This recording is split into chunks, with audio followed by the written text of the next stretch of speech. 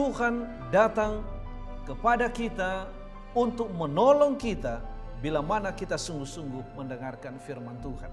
Itulah sebabnya saya sangat senang sekali bila mana Bapak Ibu Saudara-saudara mendengarkan firman Tuhan pada saat ini. Lebih menyenangkan kembali bila mana ada di antara saudara-saudara, anak-anak, maka kumpulkanlah bersama dengan saudara untuk mendengarkan firman Tuhan pada saat ini.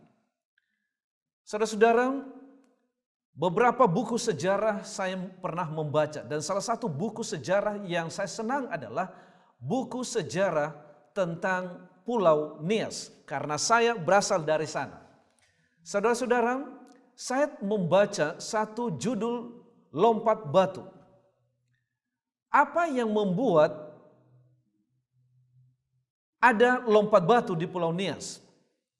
Ternyata sejarah mengatakan bahwa dulu ada sering terjadi peperangan antara suku dengan suku yang lain, antara kampung yang satu dengan kampung yang lain. Maka kalau satu kampung menyerang kampung yang lain, saudara-saudara, maka mereka yang diserang itu harus mempertahankan dirinya dalam bentuk apa saja. Dan salah satu pertahanan yang dibuat oleh beberapa suku atau kampung, satu kampung atau desa, saudara-saudara, dengan mendirikan batu sekeliling kampung tersebut. Dan kalau orang datang untuk menyerang, maka orang tersebut jika ia tidak bisa melepaskan dirinya, maka ia pasti mati. Itulah sebabnya beberapa muncul ide. Idenya adalah bagaimana supaya bisa melewati batu yang didirikan oleh satu kampung, bisa melewatinya untuk menyerang dan juga bisa melewatinya untuk pulang, melepaskan diri dari medan peperangan tersebut. Maka dibuatlah latihan. Latihan dari satu kampung ke kampung yang lain, saudara-saudara. Latihan untuk lompat batu. Ya, dibuat latihan untuk lompat batu. Filosofinya adalah untuk melepaskan diri dari medan peperangan. Sekali lagi, filosofinya adalah salah satunya cara untuk melepaskan diri dari medan peperangan. Nah, pada saat ini saudara-saudara, saya ingin menghubungkan kisah ini, sejarah ini, kepada sejarah yang dialami oleh umat Tuhan pada saat itu. Di zaman Nehemia. Saudara-saudara, saya ingin berbicara tentang Nehemia pada saat ini. Dan buku Nehemia ini kita bisa dapati dalam buku Perjanjian Lama, ya, buku Perjanjian Lama. Saudara-saudaraku yang dikasihi oleh Tuhan, bagaimana dan mengapa bangsa Israel ditawan ke Babylon adalah karena Allah berbicara kepada mereka melalui nabi-nabinya. Namun bangsa Israel tidak mendengarkannya, tidak melakukannya. Sehingga Allah mengizinkan mereka untuk ditawan. Dan sebelum mereka ditawan, Allah telah bernubuat dulu kepada mereka. Nanti kalau saudara membaca dalam kitab Yeremia, saudara-saudara, saya ingin membacakan kepada saudara kitab Yeremia pasal 25 ayat 8 dan 9. Disebutkan seperti ini. Sebab itu beginilah firman Allah semesta alam. Oleh karena kamu tidak mendengarkan perkataan-perkataanku, sesungguhnya aku akan mengerahkan semua kaum dari utara. Demikianlah firman Tuhan. Menyuruh memanggil Nebukadnezar, Raja Babel hambaku itu. Aku akan mendatangkan mereka melawan negeri ini, melawan penduduknya dan melawan bangsa-bangsa sekeliling ini yang akan kutumpas dan kubuat menjadi kengerian, menjadi sasaran suitan dan menjadi ketandusan untuk selama-lamanya. Mengapa Allah menubuatkan hal ini kepada bangsa yang ia cintai, saudara-saudara? Oleh karena bangsa Israel tidak mendengarkan firman Tuhan. Tidak mau melakukan apa yang diperintahkan oleh Tuhan. Mereka lebih ingin melakukan apa yang mereka inginkan dibandingkan dengan apa yang diinginkan oleh Tuhan. Mereka tidak mau melakukan apa yang dikehendaki oleh Tuhan, melainkan apa yang mereka kehendaki. Itulah yang mereka perbuat. Pertanyaannya adalah, setelah mereka ditawan, apakah Tuhan membiarkan hal ini terjadi kepada umatnya? Apakah ia tega membiarkan mereka hidup dalam tawanan, penuh penderitaan, penuh beban, saudara-saudara, tanpa ada kelepasan yang dibuat? Karena kalau dilihat dari bentuk manusia, dari usaha-usaha manusia, saudara-saudara, mustahil. Sekali lagi, sangat mustahil sekali mereka pada saat itu melepaskan diri dari tawanan Nebukadnezar. Saudara-saudaraku yang dikasihi oleh Tuhan, mungkin juga barangkali pengalaman ini menjadi pengalaman kita. Sungguh sangat mustahil, saudara-saudara, kita melepaskan diri kita dari semua beban-beban dunia ini kalau Tuhan tidak pernah ikut campur. Atau kalau kita tidak mengizinkan Allah untuk melakukan sesuatu untuk melepaskan diri kita. Saudara-saudara yang dikasihi oleh Tuhan, tentu saja Allah tidak membiarkan hal ini terjadi. Allah sama sekali tidak membiarkan hal ini terjadi. Itulah sebabnya dalam Yoel pasal 2 ayat 15 sampai ayat yang ke-17. Yoel pasal 2 ayat 15 sampai ayat yang ke-17.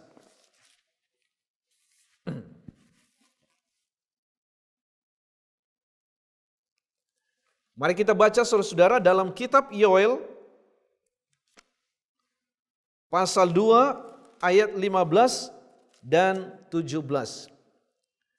Tiuplah sangkakala di Sion, adakanlah puasa yang kudus, maklumkanlah perkumpulan raya, kumpulkanlah bangsa ini, kuduskanlah jemaat, himpunlah orang-orang yang tua, kumpulkanlah anak-anak, bahkan anak-anak yang menyusu. Baiklah pengantin laki-laki keluar dari kamarnya dan pengantin perempuan dari kamar tidurnya.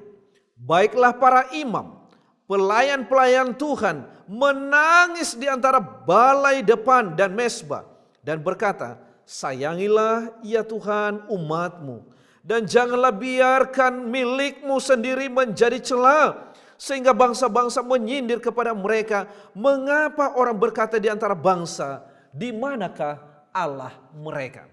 Saudara-saudaraku yang dikasihi oleh Tuhan, sepertinya ada jalan keluar yang diberikan oleh Allah melalui Nabi Yoel. Dia katakan kepada Yoel, sampaikanlah kepada bangsa Israel bahwa salah satu cara untuk melepaskan mereka semua dari tawanan adalah bila mana mereka datang kepada Tuhan kembali. Apakah itu bapak-bapak? Apakah itu ibu-ibu? Apakah itu anak-anak? Saudara-saudara, apakah itu para pendeta, para nabi Tuhan pada saat itu? Semua dikumpulkan. Untuk apa? Untuk berdoa kepada Allah, meminta kelepasan daripada Allah. Apa Allah tidak sanggup untuk melepaskan tanpa mereka meminta? Saudara-saudara, ingat, sejarahnya tadi adalah Allah mengizinkan mereka karena mereka tidak mau mendengarkan firman Tuhan. Dan sekarang Allah mau supaya mereka mau datang kepada Tuhan. Karena Allah sudah siap untuk melepaskan mereka.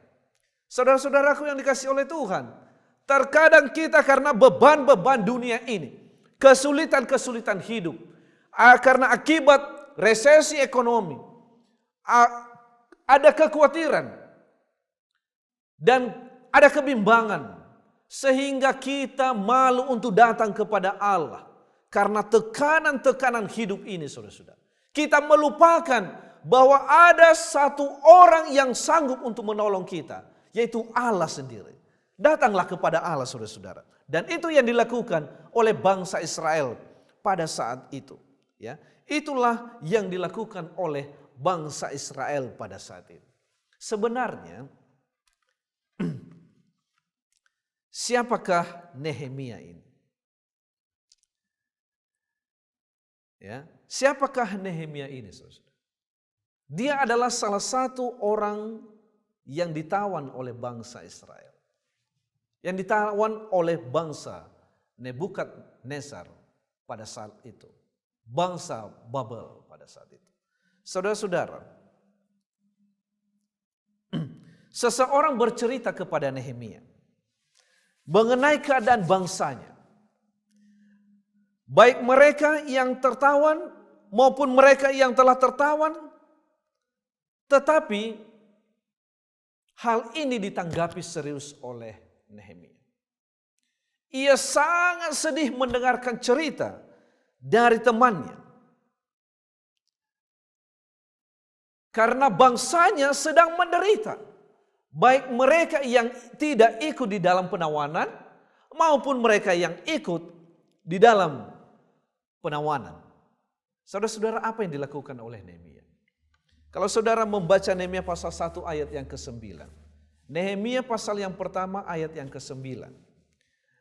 Apa yang ia lakukan? Yang ia lakukan adalah ia berdoa, saudara-saudara. Ia berkabung, ia berpuasa. Hal ini membuat ia sangat sedih, sangat susah hatinya. Ia mencoba untuk memberanikan diri datang ke hadirat Allah, mengakui dosanya, mengakui dosa bangsanya, serta menuntut janji Allah. Tuhan, di manalah janjimu? Kenapa engkau membiarkan bangsa ini untuk ditawan dan menderita? Itulah rintihan hatinya. Saudara-saudara yang dikasihi oleh Tuhan, apakah Tuhan mendengarkan doanya? Kalau kita melihat janji-janji Tuhan dalam Ulangan pasal 30 ayat yang pertama sampai ayat yang kelima. Bila kamu berbalik kepada aku dan tetap mengikuti perintah-perintahku serta melakukannya, maka sekalipun orang-orang buanganmu ada di ujung langit, akan kukumpulkan mereka kembali dan kubawa ke tempat yang kupilih untuk membuat namaku diam di sana. Saudara-saudara, ini adalah janji Tuhan. Ini adalah janji Tuhan. Bila mana mereka berbalik kepada Tuhan, datang kepada Tuhan, maka biar di ujung bumi sekalipun, saudara-saudara, Tuhan akan mendatangkan mereka kembali dan mengumpulkan mereka dalam satu tempat yang dipilih oleh Tuhan, supaya Tuhan ada di sana bersama dengan mereka. Saudara-saudara yang dikasihi oleh Tuhan, kita melihat sedikit biografi dari Nehemia ini. Dia adalah anak dari Hakhalia. Nehemia ini adalah seorang bupati sebelumnya, saudara-saudara. Dia adalah seorang juru minum bagi Raja Artasasta setelah ia ditawan. Siapakah Nehemia ini? Nehemia ini adalah seorang rekonsiliator, saudara-saudara. Dia adalah seorang yang tidak pernah takut, sekalipun banyak ancaman yang menghalang-halangi pekerjaannya. Ia tidak pernah takut. Ia adalah seorang yang tidak mencari keuntungan diri sendiri. Itulah Nehemia. Dia adalah seorang yang rajin dan juga seorang yang ulet. Dia adalah seorang pekerja keras, saudara-saudara. Dia juga adalah seorang pribadi yang peduli kepada bangsanya. Nehemia pasal yang pertama ayat 1 sampai ayat yang ketiga. Dia adalah seorang pembaharu, reformator, saudara-saudara. seorang yang tidak mementingkan diri sendiri, walaupun ia sendiri orang yang tertawan, tetapi ia memikirkan bangsanya. Ia tidak mau membiarkan bangsanya tertawan oleh falsafah orang luar, saudara-saudara. Tetapi ia tetap berdiri kepada falsafah yang diberikan oleh Tuhan kepada mereka pada saat itu. Ia adalah seorang perencana dan sangat berhati-hati dalam bertindak. Dia adalah seorang organisator. Dia adalah seorang yang bertekad, seorang yang mengandalkan Tuhan dalam rencana dan pekerjaannya.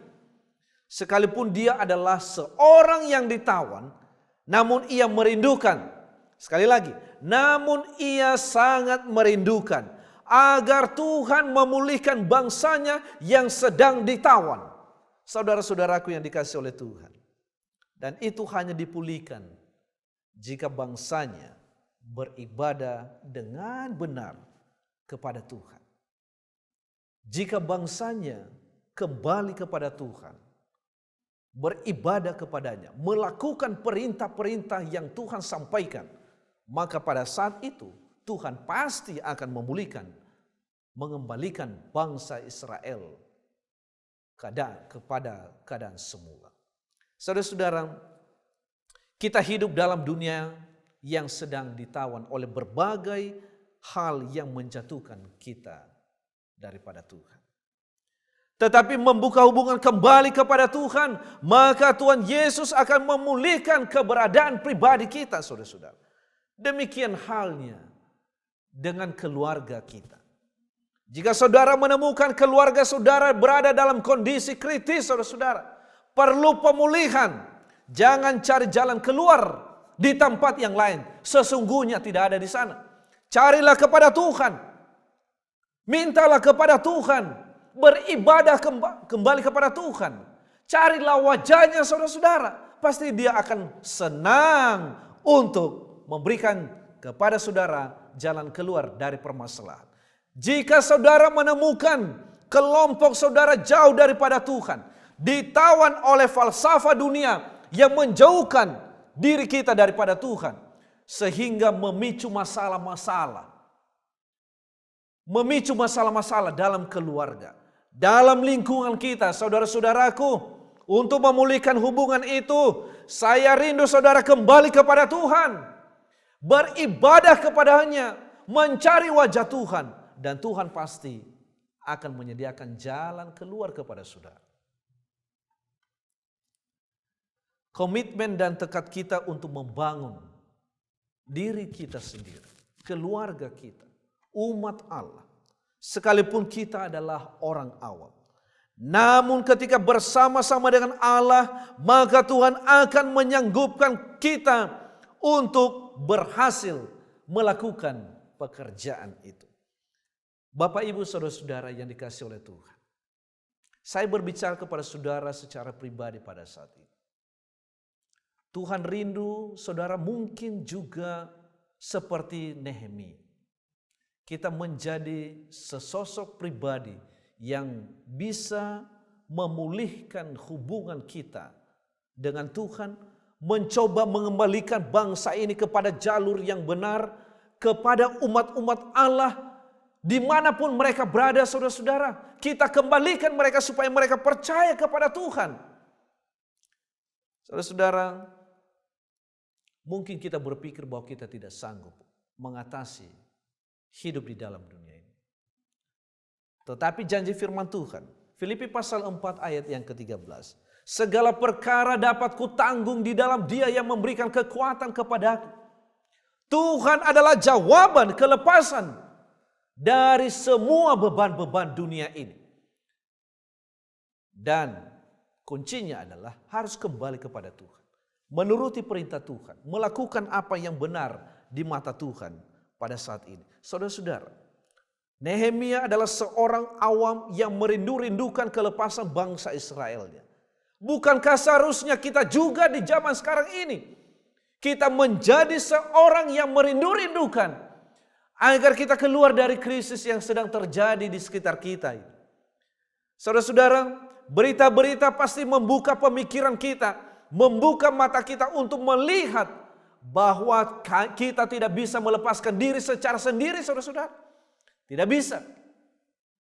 Hanya bersama dengan Allah kita pasti akan terlepas dari semua beban dunia ini. Saudara-saudaraku yang dikasihi oleh Tuhan, apa yang dilakukan oleh Nehemia? Yang dilakukannya adalah ia datang kepada raja meminta, dan puji Tuhan saudara-saudara, karena ia sudah berdoa dulu, maka ia diberikan kesempatan pergi kepada bangsanya. Ia pergi kepada bangsanya dan ia mulai membangun tembok Yerusalem, saudara-saudara. Ia mulai membangun tembok Yerusalem dan selanjutnya ia membangun bangsa Israel kembali untuk dipulihkan hubungannya dengan Tuhan, agar mereka boleh kembali kepada Tuhan untuk menyembah nama Tuhan pada saat itu. Apakah bangsa Israel mau mendengarkan? Oh, sudah jelas mereka mendengarkan, saudara-saudara, karena mereka mengetahui bahwa hanya Allah lah yang sanggup melepaskan mereka, tidak ada yang lain, saudara-saudara. Itulah sebabnya mereka mulai menyelidiki kembali firman Tuhan. Mana yang benar tentang firman Tuhan, sesuai dengan firman Tuhan, saudara-saudara. Mereka kembali kepada Tuhan. Mereka melakukan apa yang benar di hadapan Tuhan. Dan apa yang terjadi? Pada saat mereka kembali kepada Tuhan, maka Tuhan pun memberkati bangsa Israel itu. Kemuliaan Tuhan itu dinyatakan di tengah-tengah bangsa Israel. Keagungan Tuhan dinyatakan kepada bangsa Israel. Dan bangsa Israel melihat sendiri bahwa Tuhan telah bersama-sama dengan mereka. Saudara-saudaraku yang dikasihi oleh Tuhan, apakah saudara tidak rindu untuk terlepas dari semua beban hidup dalam dunia ini? Apakah saudara tidak mau melihat keagungan Tuhan dinyatakan kepada saudara? Apakah saudara tidak mau menikmati kemuliaan Tuhan dinyatakan kepada keluarga saudara, kepada anak-anak saudara, kepada gereja saudara, kepada kumpulan di mana saudara ada? Saudara-saudara, Allah menanti kita semua, saudara. Ia tahu anakku yang kukasihi di sana sedang menderita beban. Ia mengetahui bahwa di sana mereka tidak dapat melepaskan diri. Ia juga mengetahui yang ada di sana, saudara-saudara, mereka membutuhkan pertolongan. Ia juga mengetahui yang ada di sana, saudara-saudara, di desa sana, ya, di suku sana, membutuhkan pertolongan. Saudara-saudaraku yang dikasihi oleh Tuhan, tugas kita masing-masing adalah mencoba untuk mengingatkan kepada yang lain, supaya mereka kembali kepada Tuhan. Supaya mereka kembali kepada Tuhan. Rujuk dengan Tuhan. Kembali mendengarkan firman Tuhan. Dan melakukan perintahnya. Saudara-saudaraku yang dikasihi oleh Tuhan, apa yang harus kita lakukan? Yang harus kita lakukan di dalam kehidupan kita adalah yang pertama. Kita harus mengetahui pasti bahwa Tuhanlah yang sanggup melepaskan diri kita. Yang kedua adalah kita harus jujur untuk menguji diri kita sendiri dalam situasi yang genting. Kalau misalnya kita mengetahui bahwa diri kita lemah, maka kita harus datang kepada Tuhan. Kita harus bekerja sama dengan Allah dan juga bekerja sama dengan manusia. Kita harus bertekun mencari wajah Tuhan, saudara-saudara. Ya. Kita harus memiliki sikap hormat kepada Tuhan. Sehingga dimanapun kita berada, kita menjaga diri kita untuk tidak melakukan hal-hal yang bertentangan kepada Tuhan. Hal-hal yang tidak menyenangkan hati Tuhan. Kita juga harus menjadi reformasi. Memiliki pembaharuan bagi diri kita sendiri. Bukankah ini kerinduan daripada Allah? Dan saya rindu saudara, ya, menjadi salah satu Nehemia di zaman modern ini. Menjadi pembaharu. Ya, menjadi orang yang mau bekerja sama dengan Allah dalam memulihkan hubungan pribadi kita, keluarga kita dengan orang lain. Saya percaya saudara-saudara, bila mana saudara mendengarkan firman Tuhan pada pagi hari ini, bahwa tidak ada yang sanggup melepaskan diri dari segala sesuatu, kecuali kita kembali kepada Allah, kecuali kita berbalik dari semua dosa-dosa kita kepada Tuhan. Saudara-saudara, maka Tuhan pun akan memberkati kita bila mana kita datang kepadanya. Saudara-saudara yang dikasihi oleh Tuhan, dimanapun Anda berada pada saat ini, Tuhan rindu supaya kita datang kepadanya. Sebagai kesimpulan dari hal ini, maka saya ingin membaca kepada saudara salah satu ayat yang saya senang sekali. Di dalam kitab Yeremia pasal 24 ayat yang ke-7. Kitab Yeremia pasal 24 ayat yang ke-7. Demikianlah sabda Allah. Aku akan memberikan kepada mereka suatu hati yang mengenal aku, yaitu bahwa akulah Tuhan. Mereka akan menjadi umatku, dan aku ini akan menjadi Allah mereka, sebab mereka akan bertobat kepadaku dengan segenap hatinya.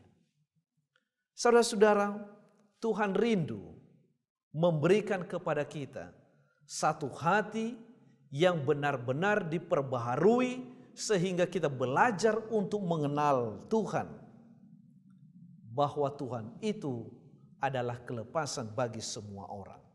Dan pada saat yang sama, ketika kita kembali kepada Tuhan, Allah mau menyatakan kepada kita semua bahwa kita ini adalah umatnya, saudara-saudara. Umatnya. Ketika Allah mengungkapkan bahwa kita adalah umatnya, Ia pasti akan mengingat kita ketika kita sedang dalam berbagai masalah, dan Ia siap untuk melepaskan kita. Inilah doa dan harapan saya bagi saudara. Saudara berbalik kepada Allah, mencari wajah Allah, melakukan perintah Allah, dan hanya itulah yang sanggup untuk melepaskan kita dari semua apa yang kita alami di dalam dunia ini. Kiranya Tuhan memberkati saudara dari sekarang sampai selama-lamanya. Kita berdoa. Bapa di dalam surga, Tuhan yang kami sembah sebagai Allah yang Maha Pengasih dan juga Maha Penyayang. Betapa hati kami diyakinkan dengan firman Tuhan, dan kami bergembira, bersukacita pada saat ini. Oleh sebab Engkau telah menyatakan kepada kami bahwa Engkaulah Allah keselamatan kami. Engkaulah Allah kelepasan kami dari semua beban-beban dunia yang kami alami setiap hari. Hamba berdoa, ya Tuhan, memohon kepada Tuhan, diberkatilah umat-umat-Mu yang telah mendengarkan firman Tuhan, bahkan yang akan mendengarkan melalui siaran ini. Hamba berdoa, biarlah Engkau ada di tengah-tengah mereka. Bila mana mereka mengalami berbagai pergumulan hidup ini, jadilah juru selamat mereka. Jadilah kelepasan bagi mereka, sehingga mereka bergembira dan mengakui Engkau bahwa Engkau adalah Tuhan yang Maha Pengasih dan juga Maha Penyayang. Terpujilah Engkau ya Tuhan kami, oleh karena kebaikan hati-Mu telah mendengarkan kami dan memberkati kami pada saat ini. Doa dan harapan kami sampaikan kepadamu hanya melalui anak-Mu Yesus Kristus, Tuhan dan Juru Selamat